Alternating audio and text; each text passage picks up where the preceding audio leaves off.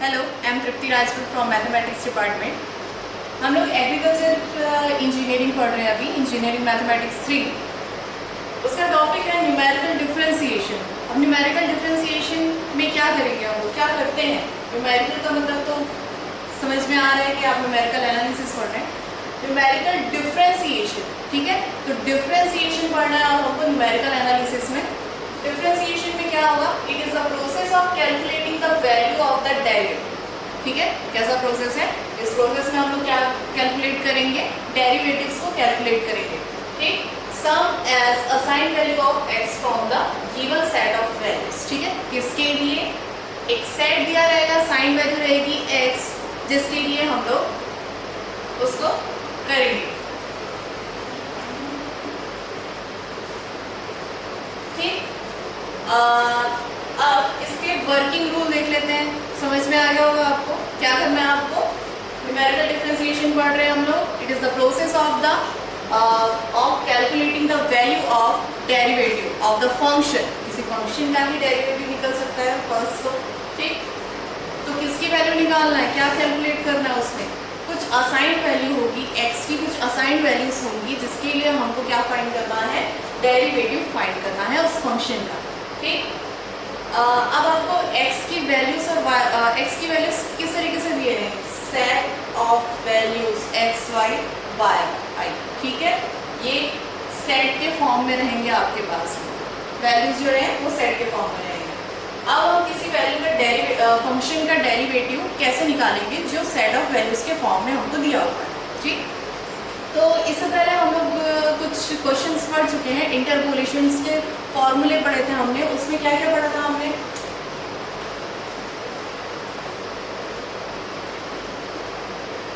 Newton's forward interpolation, ठीक, Newton's backward interpolation,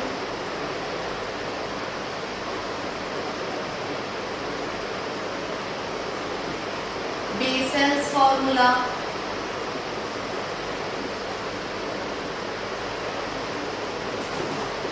और Newton's divided difference.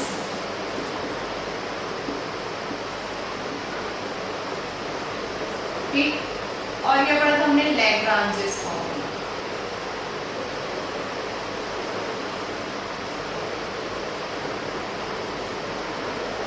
एक लास्ट स्टिरलिंग्स फॉर्मूला।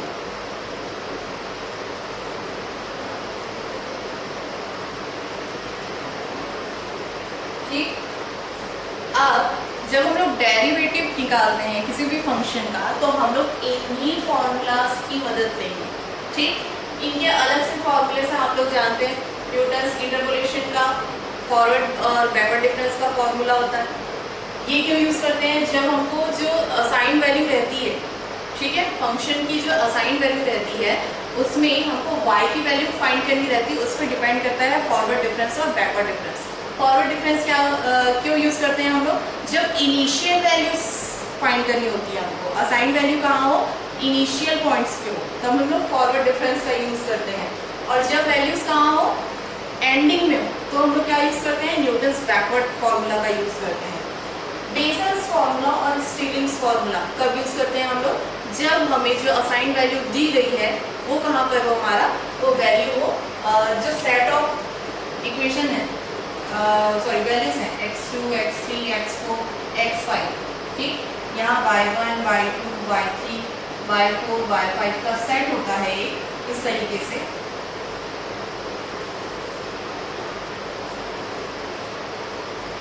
ठीक, इनमें से कहीं पर हमको वैल्यू असाइन होती है, जिसमें हम लोग को वैल्यू फाइंड करनी होती है, कैलकुलेट करनी होती है। अब मान लिया जाए ये जो भी असाइन वैल्यू हो वो कहाँ हो, मिड में हो।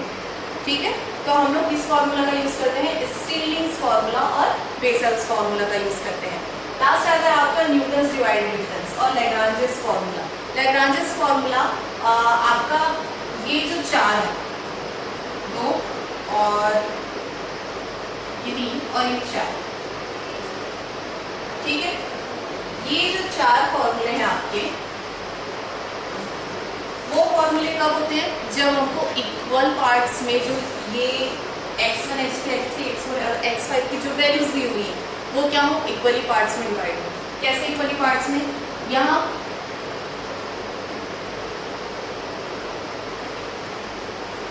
ठीक, ये इक्वल पार्ट्स हैं। आप देख सकते हैं कि यहाँ फर्स्ट जो वैल्यू दी हुई है, फर्स्ट से लास्ट जो वैल्यूज दी हुई हैं, each of values equally parts में डिवाइडेड है। यहाँ देखिए इन दोनों के बीच में 5 का डिफरेंस है, इन दोनों के बीच में भी 5 का डिफरेंस है, और आप किसी भी वैल्यू, दो वैल्यू को देखेंगे तो उन दोनों के बीच का डिफरेंस आपको 5 ही दिखेगा। तो ये हुआ इक्वली डिस्ट्रीब्यूशन, ठीक है, इक्वली पार्ट्स में डिवाइड हो। अब आता है अनइक्वल इंटरवल्स। आपके जो लैग्रांजेस फॉर्मूला है और न्यूटन्स डिवाइडेड डिफरेंस फॉर्मूला है वो कब यूज होता है, जब ये जो सेट ऑफ एक्स दिया हुआ है वो कैसे हो, अनइक्वल पार्ट्स में डिवाइड हो। Unequal parts means 1 3 7 9 10। अब आप देख सकते हैं इन वैल्यूज में, आप फर्स्ट और सेकंड वैल्यू देख रहे हैं तो उनके बीच में जो डिफरेंस है वो कितना है, 2, ठीक। आप सेकंड और थर्ड वैल्यू देखते हैं, 3 और 7 के बीच में कितने का डिफरेंस है, 4 का। 7 और 9 के बीच में 2 का, 9 और 10 के बीच में 1 का। तो ये इक्वली डिवाइडेड है क्या, नहीं। और जब हमें ऐसे वैल्यूज मिलती हैं जो इक्वली पार्ट्स में डिवाइड नहीं होते हैं तो हम लोग किसका यूज करते हैं, न्यूटन्स डिवाइडेड और लैग्रांजेस इंटरपोलेशन मेथड का, ठीक। ये चीज़ें तो मैंने आपको रिपीट कर दी कि ये चीज़ें क्या होती है, ठीक। अब हम लोग देखते हैं कि जब हम लोग डेरिवेटिव कैलकुलेट करते हैं किसी भी फंक्शन का तो हम लोग किस तरीके से, उसका वर्किंग रूल क्या होता है, कैसे करते हैं, ठीक। तो फर्स्ट है आपका to compute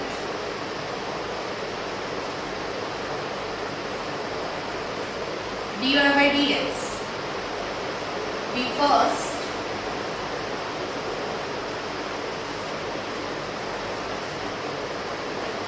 replace the equation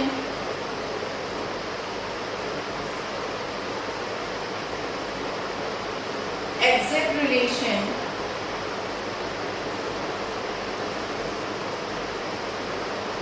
y is equal to f of x by the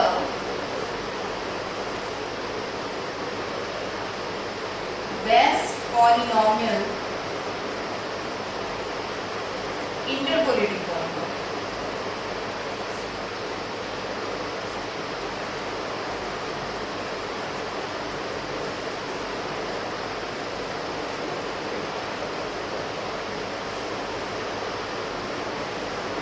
y is equal to phi of x, ठीक। इसका मतलब है आपको कोई भी फंक्शन देगा जिसका आपको क्या करना है, डेरिवेटिव कैलकुलेट करना है किसी असाइंड वैल्यू के लिए, असाइंड वैल्यू ऑफ x के लिए।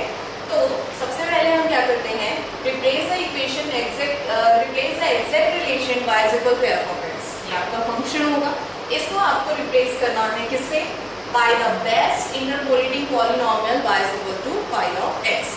अब आपके पास में बोल रहा है कि जो फंक्शन रहेगा उसको आपको इंटरपोलेट पॉलिनोमियल इक्वेशन से आपको रिप्लेस करना है। तो कौन से पॉलिनोमियल इक्वेशन है, ये 6 पॉलिनोमियल इक्वेशन आपके पास दिए हुए हैं जिससे आपको जो फंक्शन होगा उसको रिप्लेस करना है, ठीक। सेकेंड टर्म है इसका वर्किंग रूल का,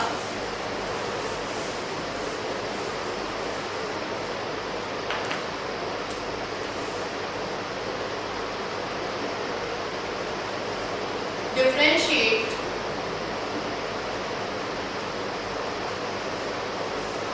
the latter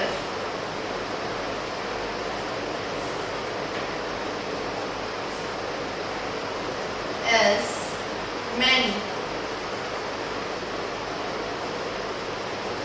times as we desire।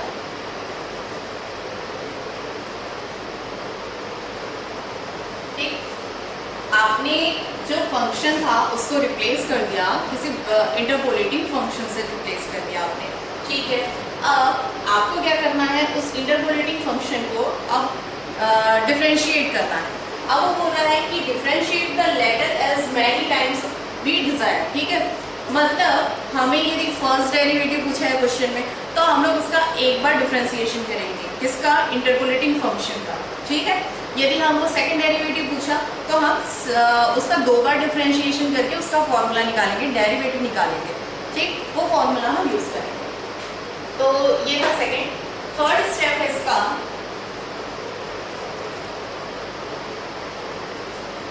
The choice of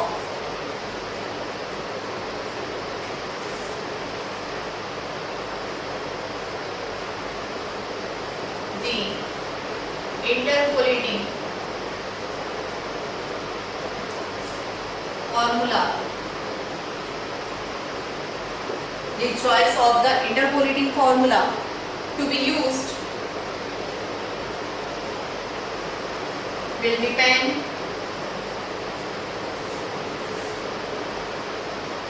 on the assigned value of x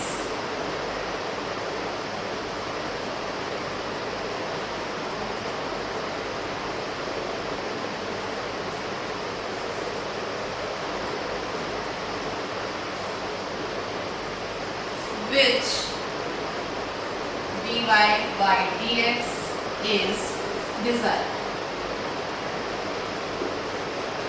अब देखो थर्ड स्टेप क्या बोल रहा है, the choice of the interpolating formula to be used will depend on the assigned value of x which dy by dx is desired। ठीक है, आपको interpolating फॉर्मूले का यूज किसके अकॉर्डिंग करना है, ये किस पे डिपेंड करेगा, जो असाइन्ड वैल्यू ऑफ x की होगी उस पे डिपेंड करेगा, ठीक, which dy by dx is desired। आपको फिर चॉइस चूज करना है कि कौन सा जो डेरिवेटिव है वो डिजायर कर रहा है उस क्वेश्चन के लिए, ठीक, उस असाइन्ड वैल्यू को फाइंड करने के लिए। अब फोर्थ स्टेप में आते हैं, इसमें एक लाइन लिखी थी will depend on the assigned value of x, ठीक, तो ये x की वैल्यू जो है वो असाइन्ड वैल्यू हमको कैसे पता करना है कि हम कौन सा फॉर्मूला यूज करें, तो वो नेक्स्ट स्टेप में आप देखेंगे। फोर्थ स्टेप है आपका it is the required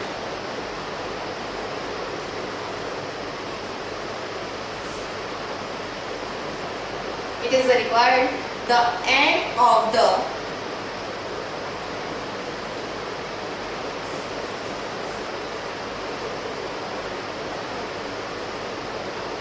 table we use Newton's backward formula।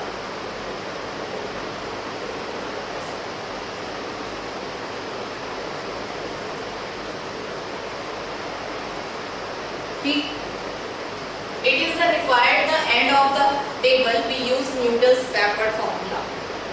क्या required है वो, असाइन वैल्यू ऑफ x, ठीक है, यदि असाइन वैल्यू जो है वो एंड ऑफ द टेबल हमको मिल रही है, ठीक है, वो कहाँ पर है, किस पोजीशन में है, एंड ऑफ द टेबल, तो हमको कौन से फॉर्मूले का यूज करना है, न्यूटन्स बैकवर्ड फॉर्मूला। इसका मतलब है यहाँ भी वो चीजें चेंज नहीं हो रही है जो हम लोग इंटरपोलेशन मेथड में अप्लाई करते हैं, end of the table assign value रहती है तो हम लोग न्यूटन्स बैकवर्ड फॉर्मूला यूज करते हैं, ठीक है, तो यहाँ भी वही रूल है कि आपको यदि असाइन वैल्यू जो है वो एंड ऑफ द टेबल दी गई है तो आपको क्या यूज करना है, न्यूटन्स बैकवर्ड फॉर्मूला यूज करना है, फॉर्मूला भी और डेरिवेटिव भी वही यूज करना है, ठीक।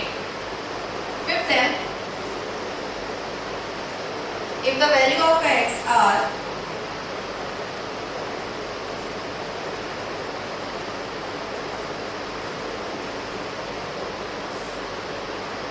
equispaced and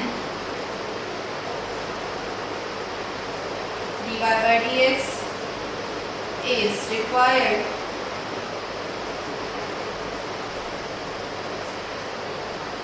near the beginning of the table।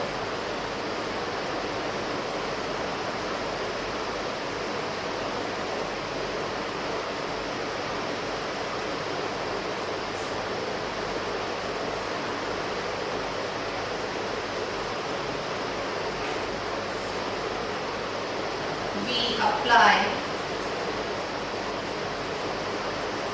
Newton's forward difference formula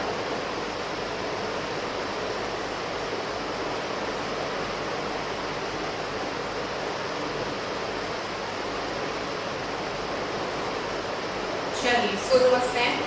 देखा है if the value of x are equispaced. First मैंने आपको स्टार्टिंग में ही बताया कि यदि आपकी वैल्यू क्या है, इक्वल पार्ट्स में डिवाइड है, तो यहाँ भी इक्विस्पेस्ड का मतलब है जो वैल्यूज हैं, ठीक है, ईच वैल्यू ऑफ x उनके बीच स्पेस जो है वो इक्वल होने चाहिए, ठीक। तो if the value of x are equispaced and dy by dx is required near the beginning of the table, we apply Newton's forward difference formula, ठीक है। तो हम लोग कब यूज करते हैं, जब आपके जो सेट ऑफ x हैं वो इक्विस्पेस्ड हो और जो वैल्यू असाइंड वैल्यू है x की वो कहाँ हो, बिगिनिंग ऑफ द टेबल। तो आप लोग किस फॉर्मूला का यूज करेंगे, न्यूटन्स फॉरवर्ड डिफरेंस फॉर्मूला का यूज करेंगे, ठीक है।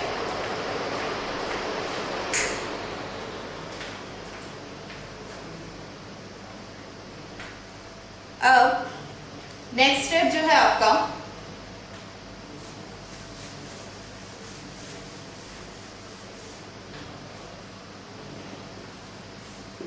For value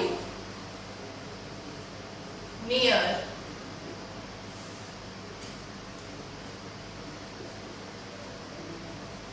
the middle of the table,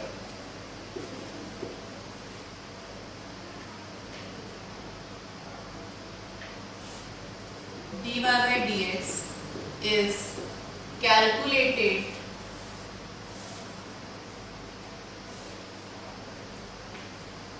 by means of Stirling formula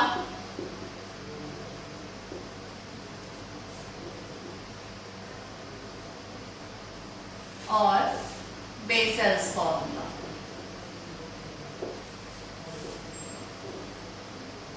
ठीक। जब वैल्यू कहाँ साइन हो हमारी, मिडिल ऑफ द टेबल, तो मिडिल ऑफ द टेबल में यदि हमको dy by dx फाइंड करना है, कोई भी डेरिवेटिव फाइंड करना है, तो हम लोग किस फॉर्मूले का यूज करेंगे, स्टिरलिंग्स फॉर्मूला या बेसेल्स फॉर्मूला के डेरिवेटिव का हम लोग यूज करेंगे, ठीक। आप स्टिरलिंग्स फॉर्मूला या बेसेल्स फॉर्मूला का यूज अपनी चॉइस के अकॉर्डिंग कर सकते हैं। यदि आपको बेसेल्स फॉर्मूला यूज करना है तो बेसेल्स फॉर्मूला, और यदि स्टिरलिंग्स फॉर्मूला यूज करना है तो स्टिरलिंग फॉर्मूला। लास्ट स्टेप है इसका, if the value of x, if the value of x are not equispaced, not equispaced,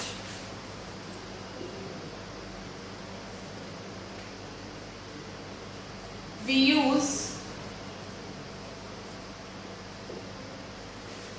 Newton's divided formula,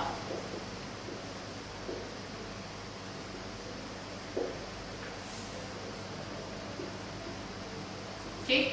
जब हमारी जो वैल्यू है सेट ऑफ x की वो यदि इक्विस्पेस्ड ना हो तो हम लोग किसका यूज करेंगे, हम लोग यूज करेंगे न्यूटन्स डिवाइडेड डिफरेंस फॉर्मूला का, ठीक। अब जानते हैं कि इनके फॉर्मूलाज क्या हैं, तो फॉर्मूलाज देख लेते हैं हम लोग।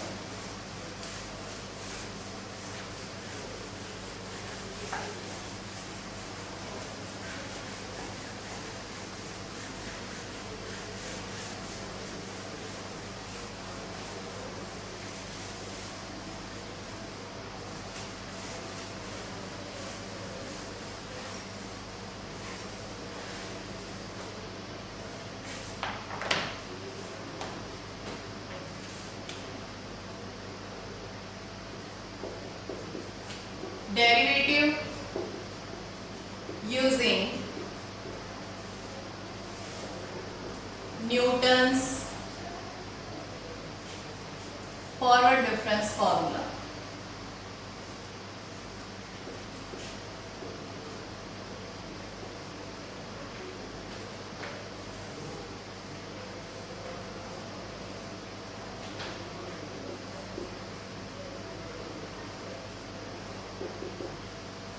ठीक।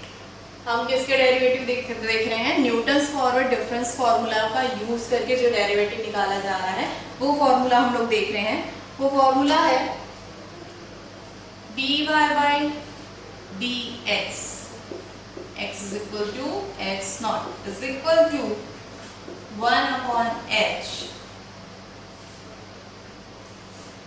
del y naught minus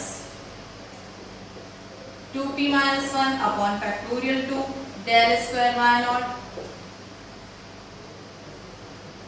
plus 3p square minus 6p plus 2 divided by 3 factorial del cube y naught plus and so on ले लीजिए इसको आप। ठीक, अब देखिए सबसे पहले तो आप जब फॉर्मूला देखते हैं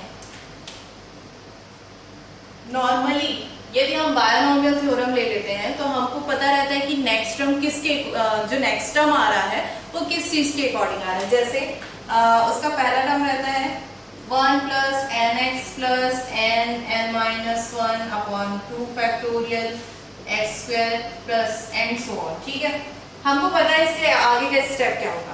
आगे का स्टेप क्या होगा इसका n minus 1 n minus 2 upon factorial 3 into x cube. ठीक, अब यदि मैं यहाँ आऊँ, ठीक है, इस इक्वेशन में आऊँ, यहाँ क्या है 1 अपॉन एच, ठीक है, वो तो आप याद कर लेंगे 1 अपॉन एच। उसके बाद क्या लिखा है del y nought plus 2p minus 1 upon 2 factorial del square y naught plus 3p square minus 6p plus 2 upon 3 factorial del cube y naught। ठीक है, चलो इतना तो मैं याद कर लूँगी ये, लेकिन यदि मुझे आगे के स्टेप्स मुझे पूछे जाएं तो मैं इसके अकॉर्डिंग मैं ये आइडिया नहीं लगा सक रही हूँ कि इसके आगे के जो टर्म्स हैं वो क्या होंगे। ठीक है, आपको भी नहीं पता चल रहा होगा कि आगे के टर्म्स क्या हैं। आप लोग इतना फॉर्मूला याद कर लेंगे, मैं मानती हूँ याद कर लेंगे। ठीक है, मैं फॉर्मूला लिखती हूँ, लेकिन आप आगे के टर्म्स नहीं पता कर सकते। यदि आपको जो रिक्वायर्ड क्वेश्चन है उसमें आगे के टर्म्स यदि वो वैल्यू डेल टू द पावर 6 तक जा रही हो तो आप लोग नहीं बता सकते कि आगे की वैल्यूज क्या होंगी। तो सबसे अच्छा तरीका है कि आप सिर्फ न्यूटन्स फॉरवर्ड डिफरेंस का इंटरपोलेशन फॉर्मूला याद रखो। मैं इसका डेरिवेशन आपको समझा देती हूँ, आप उस फॉर्मूले से आप आगे की वैल्यूज भी फाइंड कर सकते हो। ठीक है, तो हम लोग डेरिवेशन में आते हैं इसके।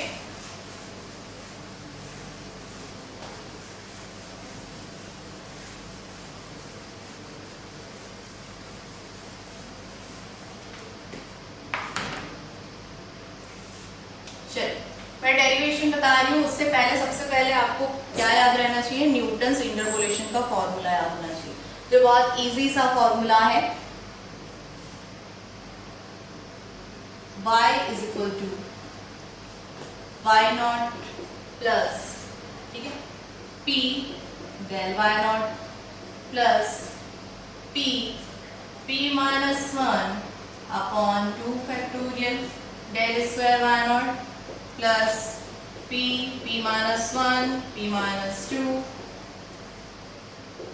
3 factorial del cube y naught plus and so on। ठीक है, इजी है फॉर्मूला, जैसे मैंने बायनोमियल थ्योरम बताया उसी के अकॉर्डिंग ही चल रहा है ये। ठीक, तो अब हमको क्या करना है इसका, सबसे पहले तो डेरिवेटिव निकालना है। इसका मतलब डिफरेंशिएशन ही है। डेरिवेटिव कैसे निकालते हैं, डिफरेंशिएट करके निकालते हैं। ठीक है, तो यहाँ पर हमको कौन सा वेरिएबल दिख रहा है, वाई नॉट, नहीं वो वेरिएबल नहीं है, वो न्यूमेरिकल वैल्यूज हैं। जो del y nought del square y nought है ये न्यूमेरिकल वैल्यूज है। तो वेरिएबल कौन सा है, p, तो किसके रिस्पेक्ट में हम लोग इसको डिफरेंशिएट कर सकते हैं, p के रिस्पेक्ट में। तो बाय डिफरेंशिएट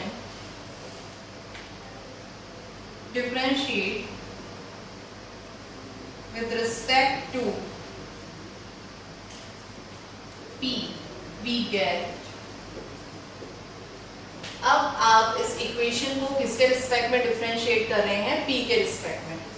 तो y क्या बन गया, dy by dt is equal to y nought क्या हो जाएगा भाई, जब y का डिफरेंशिएशन क्या हो गया, dy by dx हो गया, y नॉट का क्या होगा, dy by dp हो गया। ठीक है, p के रिस्पेक्ट में। तो ये क्या होगा dp, जो कि क्या है हमारा डेल वाई नॉट कहलाएगा। ठीक, तो यहाँ क्या आएगा डेल वाई नॉट, डेल का मतलब भी d बाई डी पी है यहाँ पर। ठीक, तो वाई नॉट का क्या होगा differentiation del y nought plus, अब यहाँ पे हमारे दो फंक्शन, ठीक, पहले p के रिस्पेक्ट में करते हैं तो ये क्या होगा p into del square y nought हो जाएगा, सॉरी p के रिस्पेक्ट में कर रहे हैं ये 0 होगा सॉरी, ठीक है, प्लस फिर डेल वाई नॉट को हम कॉमन रखते हैं, p का क्या हो जाएगा 1, ठीक, तो ये होगा 0, ये होगा,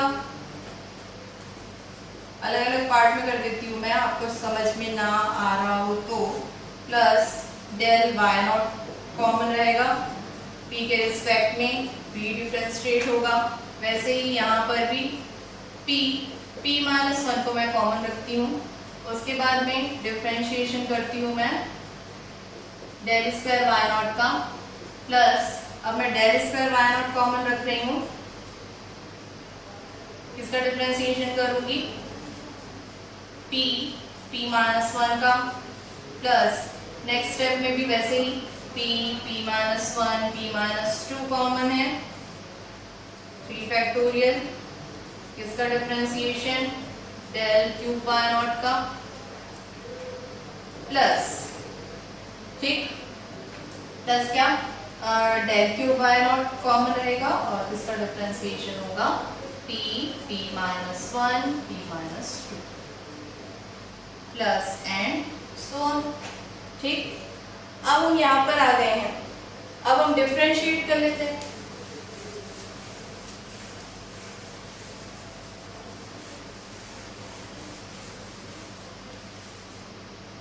dy by d p is equal to, यहाँ डेल वाई नॉट क्या हो जाएगा 0, ठीक, plus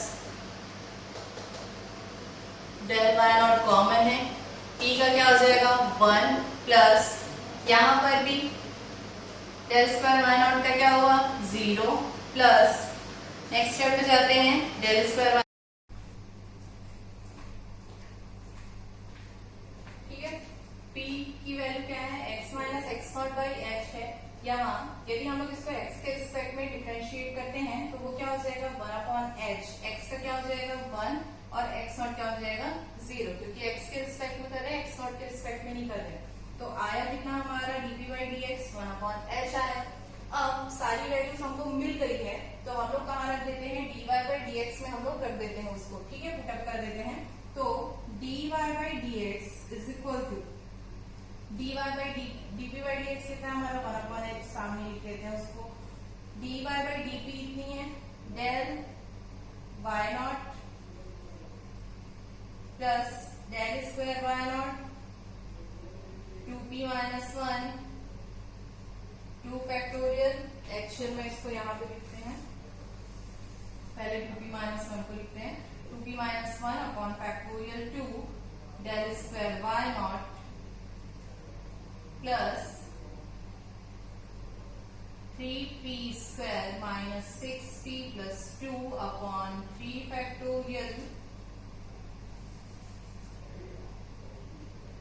del cube y nought plus and so on. आगे की वैल्यूज भी आप फाइंड कर सकते थे यदि आप आगे की वैल्यूज उसमें पुट अप करते तो, ठीक है। अब आप लोग देख सकते हैं हमको फर्स्ट डेरिवेटिव मिल चुका है, ठीक है, फर्स्ट डेरिवेटिव मिल चुका है। अब इसमें यदि हम लोग dy बाई dx में x is equal to x nought लेते हैं तो ये वैल्यू क्या हो जाएगी, ये देखो यहाँ पर यदि x is equal to x nought लेते हैं हम लोग तो ये वैल्यू क्या हो जाएगी 0, p की वैल्यू, और सारी p की वैल्यू 0 हो गई तो इक्वेशन क्या बन जाएगा 1/h del y nought plus ये 0 हो गया तो कितना बचा 2/2 del square y nought plus यहाँ ये 0 हो गया, सॉरी ये 1/2 माइनस 1, ठीक, यहाँ -1 बच रहा है, तो ये -1 अपॉन फैक्टोरियल 2 हुआ। यहाँ +2 बचेगा, 2 upon factorial 3 del cube y nought plus and so on. ठीक, अब ये 3 फैक्टोरियल ओपन होगा तो क्या आएगा, 3 इंटू 2 इंटू 1, तो 2 कैंसिल। ठीक, इक्वेशन क्या बन रहा है आपका finally,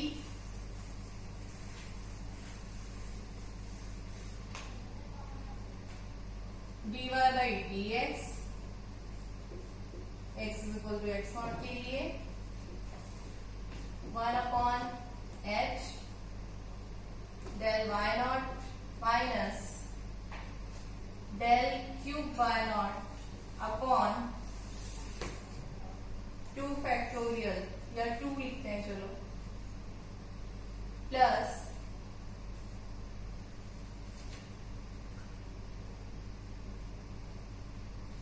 del cube y nought upon 3 minus आएगा अगला एंड सो। ठीक, इस तरीके से आपको फर्स्ट डेरिवेटिव जिस तरीके से आपने निकाला उसी तरीके से आप सेकंड डेरिवेटिव भी फाइंड कर सकते हैं। क्या करना है आपको, d square y by d x square निकालना है। ठीक, इसको क्या लिखोगे, डी बाई डी एक्स, क्या बचा, d y by d x. ठीक, d y by d x की वैल्यू पुट कर दो, एक्स के रिस्पेक्ट में उसका डिफरेंशिएशन कर दीजिए, तो ये हो गया आपका derivation of interpolation formula of Newton's forward difference. ठीक, आपको इसी तरीके से और भी फॉर्मूले के डेरिवेशन में नेक्स्ट वीडियोस में आपको बताऊंगी। अभी के लिए इतना ही है, थैंक यू।